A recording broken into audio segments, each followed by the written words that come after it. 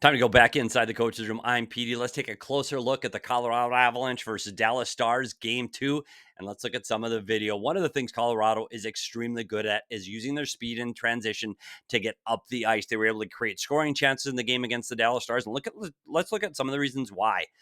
You get to the blue line and it's a 2-on-2 with a back checker, everything's fine. But the back checker, and so often in the National Hockey League, everybody gets focused on the puck. And when you get focused on the puck and puck watching, you leave holes in behind. For Colorado, they need to drive the net and use their speed to create openings in the ice and get looks like this off of the rush. Fantastic save by Ottinger to keep this one out of the net early in the game. Look for Colorado to use their speed, because when they do, they get opportunities to create offense and score goals. Again, we talk about their speed getting up the ice. So here's their transition play going from defense to offense. On this play, Dallas goes for a line change. Just a tip, don't go on a line change when Colorado's going up the ice with speed. You got to come back through the middle of the ice. Even if you're tired, you change in the offensive zone, not in the defensive zone. So as Colorado attacks the puck, really good play by O'Connor, pulls the defenseman with him. Great play and driving the net. This is so important. The Colorado Avalanche drive the net, because when you drive the net, you pull the defender with you. That creates space. So as they go into the corner, Dallas got this covered. Again, 2-on-2, everybody's to the outside. They got Rantanen coming back to back check. Everything's fine. 2-on-2 with a back checker. But things break down. Cody Ceci gets beat coming out of the corner by O'Connor. Somebody's got to take him. Rantanen checks his shoulder, so he knows where he's supposed to go. Great job by Rantanen getting to the middle of the ice. This is where you go on the way back to a back checker. Get to the middle of the ice and then sort it out. So Rantanen gets back to the middle of the ice. This is fine, but this is where it breaks down, because CC gets beat off the wall. Now somebody's got to help. Somebody's got to help recover. So instead of staying with the player he's got driving the middle of the net, which is Drury, he's got to relieve that coverage so he can get to the puck carrier O'Connor. And Rantanen right now should be getting the guy going the back door. Everything should be fine, but that's only if CC can stay on his player coming out of the corner, and he doesn't. So again, there's a double up on the puck carrier. Great play to the puck carrier Drury. Rantanen just misses Drury's stick, and this one ends up in the net. And when you see this one from behind, Drury just comes off the bench. And this is what it means, ready to play coming off the bench. As soon as his feet hit the ice, he is ready and he drives the net. But look at the Dallas Stars. They're right there. If he just can stay with him driving the net, this play doesn't happen. But again, CC gets beat by O'Connor in the corner. That's what creates all the space. They have to double up on the puck carrier O'Connor. And look how close this is to getting stopped by Mikko Rantanen. It doesn't. It goes in the net for Colorado Avalanche goal. And again, we talk about their speed getting up the ice. Here they are again off of transition. We see how the transition gets at the blue line. It's 2-on-2 again with a back checker. Same look, but again, they commit to that middle lane drive. And you can do that and attack the middle lane drive and the puck carrier as long as you're convinced that the back checker can catch the guy driving the middle of the ice. This is Logan O'Connor again.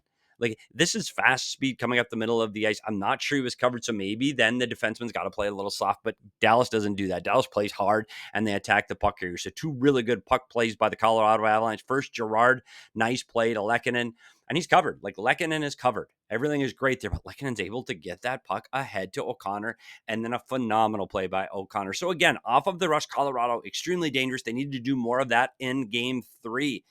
For Dallas, it's about their forecheck and creating turnovers and their ability to separate the puck and create turnovers against the Colorado Avalanche. You're going to see here physical, and they're able to create turnovers. So when this puck gets turned over in the middle of the ice, now Colorado's turn to start watching pucks.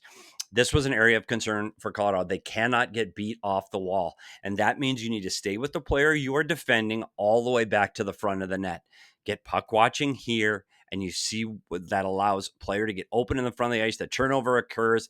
Everybody for the Colorado Avalanche is thinking puck first, and that leaves wide open player in front of the net for the Dallas Stars. Great play by the Dallas Stars. Dallas gets to the net extremely well.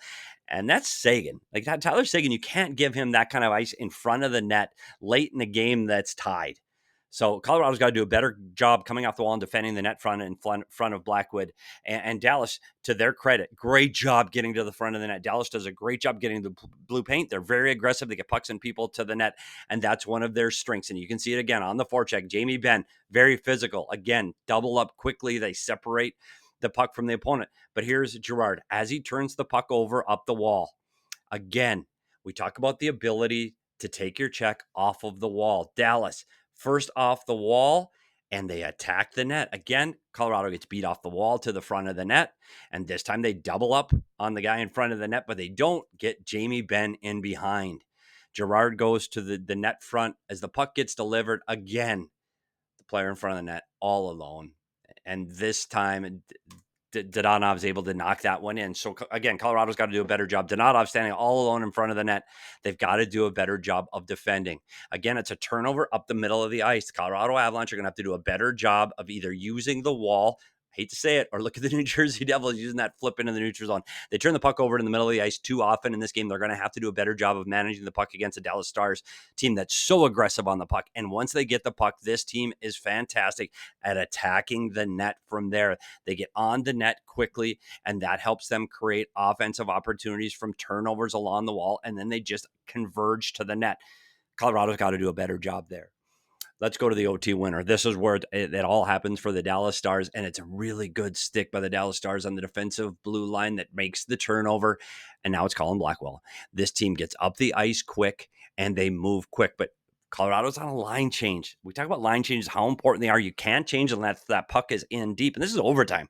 2 minutes to go. I'm not sure this is the right place to change for the Colorado Avalanche until they were completely sure that puck was deep, but they get back into position, just like we showed with Dallas, and this is a 2-on-2 with a back checker.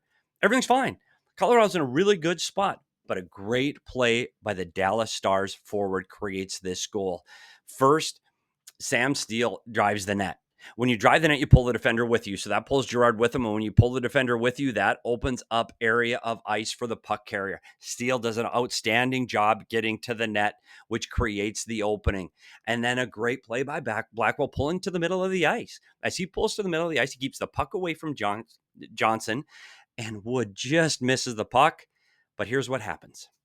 Blackwell's got the shot, delivers it to the net, just past the 2 outreach sticks from the Colorado Avalanche. And if you go to the net front, Girard is not able to keep Sam Steele in front of him and box out, so Blackwood can't see the puck. Blackwood's screened, and if he is not screened and Girard can keep Steele from getting to the front of the net, he covers this. He sucks it up and he collects this puck right in the crest, and he's able to cover it, and there's a whistle. But he can't see the puck. Girard pushes Steele into him. Now he can't handle the rebound.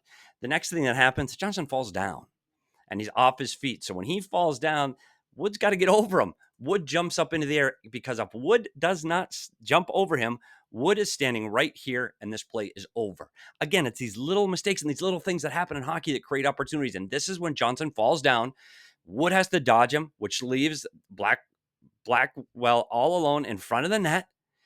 And if you look at Girard, Sam Steele pushes him out. Steele pushing him out of the way leaves Blackwell all alone in front of the net. Girard didn't carry him to the net and box him out. Now he gets on the wrong side, and now he can't get to the puck for the rebound. If he's on the other side of Steele, he knocks this away before Blackwell can get to the puck, but he doesn't. Blackwell gets to the puck, and this one goes into the net, and Dallas takes game 2. But I just want to show you how close this was to being defended by Wood. Wood gets his stick on the stick. He just misses the puck. Blackwell's able to elude him and deliver this in it. And there's where we talk about that screen again. Blackwell doesn't know where this puck is. He can't see it, can't defend it. Girard pushes the Steele into him, so he can't cover the rebound. There's Wood jumping over. There's the puck all alone. Blackwell's able to finish this one off. A great job by the Dallas Stars getting pucks and people to the blue paint. They need to do a better job for the Colorado Avalanche boxing out and getting under sticks. And 2 players, one for each side, that can make a difference tonight in game 3. One is Cale Makar. Absolutely elite, and he has been elite this whole series. His ability to deliver pucks, stop on a dime, loses his check in margin, and is able to deliver this puck to the net. And again, you're going to see him off the faceoff. Want to see how good he can be at home tonight. Can Makar get on the score sheet tonight against Dallas at home? And on the other side of the puck, keep your eye on number 96, Green. No love lost here for the former Av, but you can see him getting opportunities like this in front of the net, because he is taking a beating out there. This is what it looks like for him out in front of the net against the Colorado Avalanche. So look for Rantanen to see how he's approached at home, and if he gets a few boo birds at Ball Arena. It's going to be an exciting game tonight at Ball Arena for Colorado and Dallas in game 3. 2 teams that are very similar, and they're just separated by a razor-thin margin. Thanks for coming inside the coach's room with me. I'm Petey, and as always, we'll see you at the rink.